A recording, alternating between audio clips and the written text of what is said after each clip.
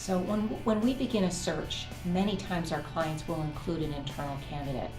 The very first thing that we want to make sure is that that internal candidate is qualified. If they're underqualified or really not a competitive candidate in the process, it can be fairly discouraging for the candidate. So that's the first thing that we try to do. Otherwise, we'll fold them right into the interviewing process.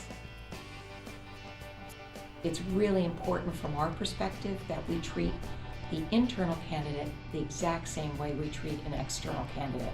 We're going to screen them, we're going to communicate with them, we're going to prepare them for interviews in the same way. Many times internal candidates feel they don't need to expand in great detail because they make the assumption that everyone at the company knows them, but that's also very false. So we also try to encourage them to speak up, tell their tale, tell their story, and do it in a way that makes sense so that we have a chance to get to know them. It's very critical that candidate care is carefully approached in the search process. So it's important that we as a firm communicate with the candidates, keep them up to date.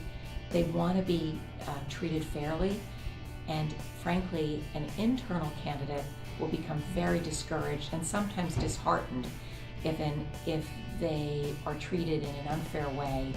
And frankly, sometimes it can turn them off to the point that they end up starting an external job search. So it's really important that we handle the process with care as well as the client.